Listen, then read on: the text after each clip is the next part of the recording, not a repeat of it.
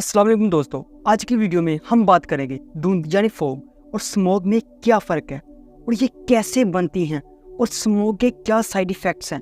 और मज़ीद ये जानेंगे कि आपको कैसे इस बात का इल्म हो कि जिस माहौल में आप सांस ले रहे हैं वो धुंध है या स्मोग, और ये भी कि आप स्मोग में सांस लेने से कैसे बच सकते हैं। तो दोस्तों, आज की वीडियो बहुत इंटरेस्टिंग होने वाली है, तो बिना टाइम वेस्ट किए बढ़ते हैं अपनी वीडियो की तरफ।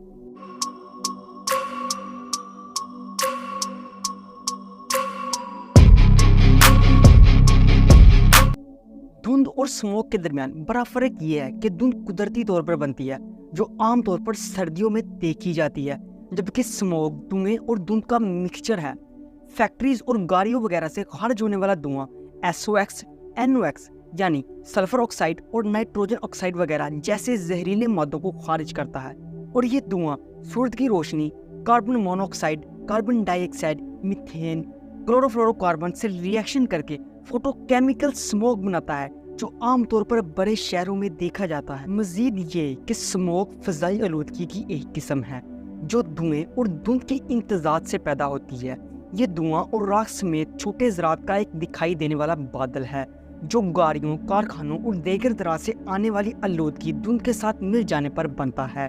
बड़े शहरों और इंडस्ट्री एरियाज में स्मोक आपको ज्यादा दिखाई देगी, जबकि धुंध कुदरती तौर पर बनती है जो हवा में पानी के बुखारात के गाढ़ा होने की वजह से होता है। सीधे अल्फाज में धुंध सिर्फ एक बादल है जो जमीन की सतह के बहुत करीब बनता है। धुंध बादलों की तरह लाखों छोटी छोटी और बूंदे या बर्फ के क्रिस्टल पर मुश्तमिल होता है। ये उस वक्त बनता है जब जमीन की सतह के करीब ठंडी हवा अपने अंदर पानी के बुखारात को गाढ़ा कर देती है।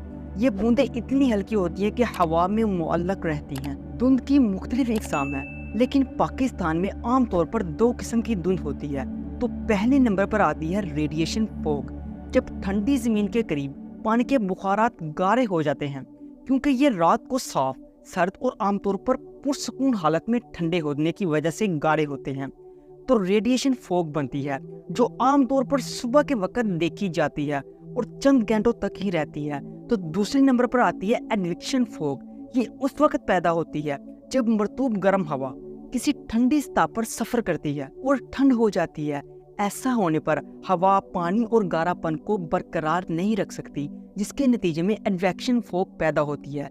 पाकिस्तान में नवंबर से दिसंबर के वस्त के साथ फरवरी में रेडिएशन फॉग आम दिखाई देती है, जबकि साल के सर्द तरीन महीनों के दौरान दिसंबर के वस्त से फरवरी के वस्त तक एडवेक्शन फॉग छाई रहती है।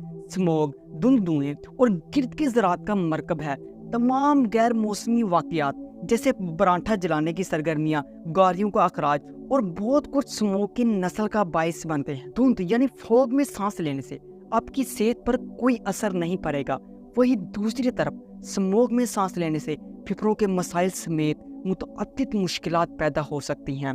500 मीटर से कम फासले पर नजर न आने की वजह से स्मोग की मोटी तह में कई सड़क हादसात रोनमा होने का खदशा होता है।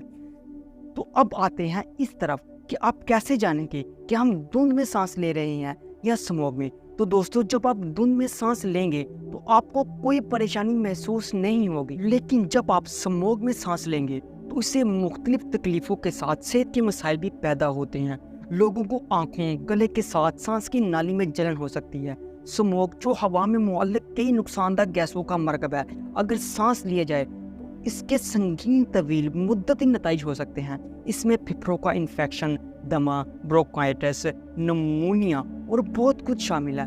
अगर आपको पहले से ही सेहत के मसाइल हैं तो स्मोग की वजह से इनमें मजीद इजाफा हो सकता है, जैसा कि खांसी या घबराहट, सांस लेने में दुश्वारी, आंखों, नाक और गले में जलन और खारिश, सांस लेने के दौरान तकलीफ, सीने की खारिश, सांस की नाली में जलन। अगर ये अलामात आप में लंबे अरसे तक बरकरार रहें तो डॉक्टर से रजू करें और फौरी तौर पर इमदाद हासिल करें। तो अब आते हैं कि आप स्मोग में सांस लेने से कैसे बच सकते हैं।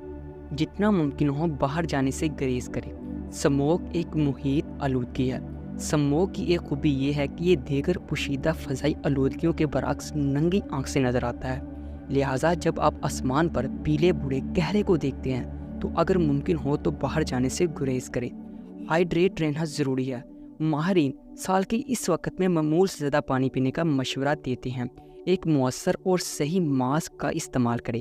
جب آپ اسموک کی موجودگی میں باہر نکلیں تو ایک آسان، باہر جانے والا اور مؤثر ایئر ماسک ضروری ہے۔ اگر مسائل برقرار رہیں تو ڈاکٹر سے رجوع کریں۔ اگر اوپر بیان کردہ علامات طویل عرصے تک برقرار رہیں تو فوری طور پر طبی رہنمائی حاصل کریں۔ صحت مند کھائیں۔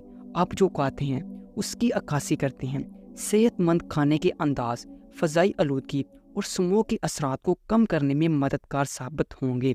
اس میں متوازن غذا کھانا، پھل اور سبزیاں کھانا اور جنک فوڈ سے پرہیز کرنا شامل ہے۔ تیل والے کھانے اور جنک فوڈ سے پرہیز کریں، خاص طور پر اگر آپ اسموک اور دیگر فضائی آلودگیوں کا شکار ہوں۔ اپنے گھر کے اندر نگرانی کریں۔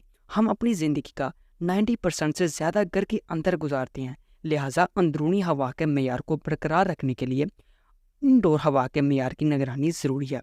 غیر اوزون پیدا کرنے والی ایئر پرفیومز کا استعمال کریں۔ بہت سے ایئر پرفیومز اوزون پیدا کرتے ہیں۔ اوزون پیدا کرنے والے ایئر پرفیومز سے بچیں کیونکہ یہ اندرونی آلودگی ہیں۔ اپنی فٹنس کو نظر انداز نہ کریں۔ ہر قیمت پر فٹنس کو نظر انداز نہ کریں۔ بھرپور ورزش سے پرہیز کریں۔ ایسی حالتوں میں سخت ورزش جیسے کارڈیو اور زومبا ورزش سے پرہیز کریں۔ تو دوستو، امید ہے کہ یہ ویڈیو آپ کو پسند آئی ہوگی۔ ایسی مزید کرنٹ افیئر سے ریلیٹڈ نالجبل ویڈیو دیکھنے کے لیے ہمارے چینل کو سبسکرائب کریں اور بیل آئیکن کے بٹن کو پریس کرنا نہ بھولیں۔ ملتے ہیں نیکسٹ ویڈیو میں۔ شکریہ، اللہ حافظ۔